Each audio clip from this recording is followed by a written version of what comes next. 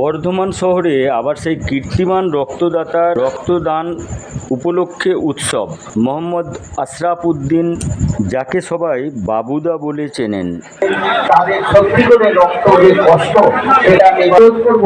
Thalassaemia নামে যে রক্তটা মানুষের কাছ থেকে সংগ্রহ হচ্ছে থ্যালাসেমিয়া রোগীদের বাঁচানোর জন্য, অনুগ্রহ করে থ্যালাসেমিয়া রোগীদের রক্তের যে যোগানটা এটা আপনারা বজায় রাখবেন। এটা আমি নিয়ে বিস্তারিত কথা এই মুহূর্তে বলার সুযোগ আর থাকছে না।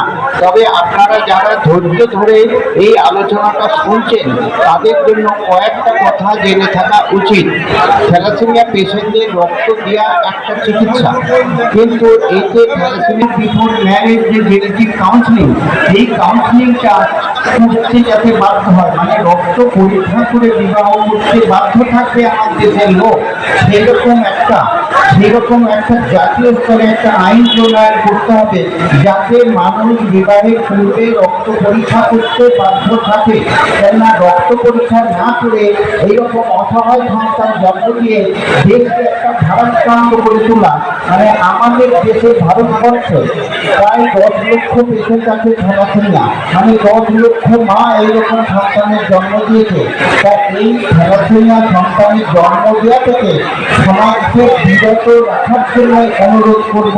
আমাদের দেশে যারা সত্যি আমরা করতে পারি, তবে আমাদের ভারতবর্ষে এইরকম অসমাপ্ত শিশুর জন্মটা বন্ধ হয়ে যাবে। তো আগামী দিন এইরকম রক্তদান উৎসব আমাদের না করলেও চলবে যদি আমরা ধন্য হয়ে উঠলাম। ডক্টর ইন্তেখাব আলম মহাশয়, মাননীয় কাউন্সিলর, এবং একই সঙ্গে আমাদের সঙ্গে রয়েছেন মাননীয় কাউন্সিলর নিমাই মজুমদার মহাশয়। এই মুহূর্তে আমরা বরণ করছি ডক্টর ইন্তেখাব আলম মহাশয়কে। একটু হাততালি দেব আমরা যারা রয়েছি এখানে আজকের এই মুহূর্তে।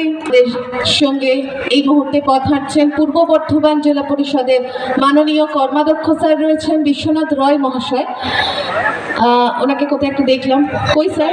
ও আচ্ছা, আমরা ওনাকে মঞ্চ একেবারে ভরে ওঠে এবং আজকে ওনাকে আবারও সঙ্গে পেয়ে আমরা যেন একেবারে ভরে উঠেছি। মাননীয় উৎপল রায় মহাশয় আমাদের সঙ্গে পথ হাঁটছেন, ধন্যবাদ জানাই ওনাকে আরও একবার। পূর্ব বর্ধমান জেলা তৃণমূল কংগ্রেস সংখ্যালঘু সেলের উদ্যোগে মোহাম্মদ, আমরা তার লক্ষ্যে পৌঁছাতে পেরেছি, মোটামুটি আমরা খুব কাছাকাছি পৌঁছে গেছি। আপনাদের সকলকে ধন্যবাদ, অভিনন্দন জানাচ্ছি। অসংখ্য ধন্যবাদ সকলকে জানাই। এরপর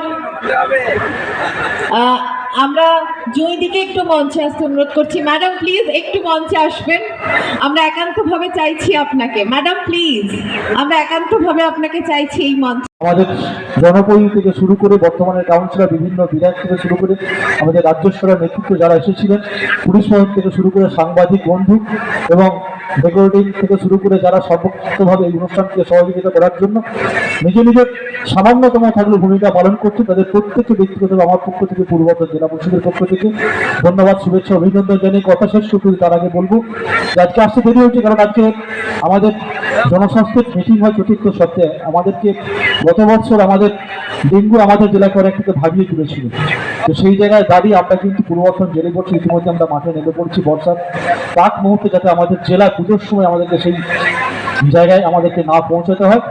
তার সঙ্গে আরেকটা কথা হলো, যারা এখানে রক্তদান করতেছে, যেহেতু সুযোগ পেয়েছি মঞ্চে, কেউ থাকুক আর না থাকুক, আমাদের জেলাতেও এই মুহূর্তে কোভিড সিচুয়েশনের পর একটা বিষয় আমাদেরকে খুব ভাবিয়ে তুলেছে, টিনেজ প্রেগনেন্সি এবং তার সঙ্গে চাইল্ড ম্যারেজ। অর্থাৎ আমাদের যেখানে মুখ্যমন্ত্রী কন্যাশ্রী প্রকল্প, রূপশ্রী প্রকল্প দিয়ে আজকে যে সমাজের ব্যাধি থেকে দূর করার চেষ্টা করছি, কিন্তু আমরা দেখতে পাচ্ছি কোভিড সিচুয়েশনের পর আমাদের জেলাও তো সেই বাল্য বিবাহ, অর্থাৎ 18 বছর আগে কন্যা সন্তানের বিবাহ, 15 বছর বিবাহের পরই সে মাতৃত্বের স্বাদ পাচ্ছে।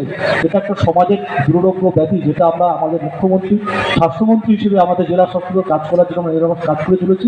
এটাও আমাদেরকে পীড়া দিচ্ছে। তাই যারা উপস্থিত আছেন সমাজের বিভিন্ন ক্ষেত্রে সমাজ সচেতন নাগরিক হিসেবে, যদি আপনার পাড়ায় মনে হয় যে কোথাও 18 বছর নিচে কোনো কন্যা সন্তানের বিয়ের ব্যবস্থা হচ্ছে, অনুরোধ করবো চাইল্ড লাইন এবং আমাদের সাথে যোগাযোগ করে অন্তত সেই কন্যা সন্তানটাকে বাঁচাতে, আগামী দিনে যে নতুন সন্তান জন্মগ্রহণ করবেন তার কথা চিন্তা ভাবনা করে সেই পরিবারের সাথে কথা বলে 18 বছরের আগে সেই কন্যা সন্তানের বিয়েটা আপনারা রুখে দেন।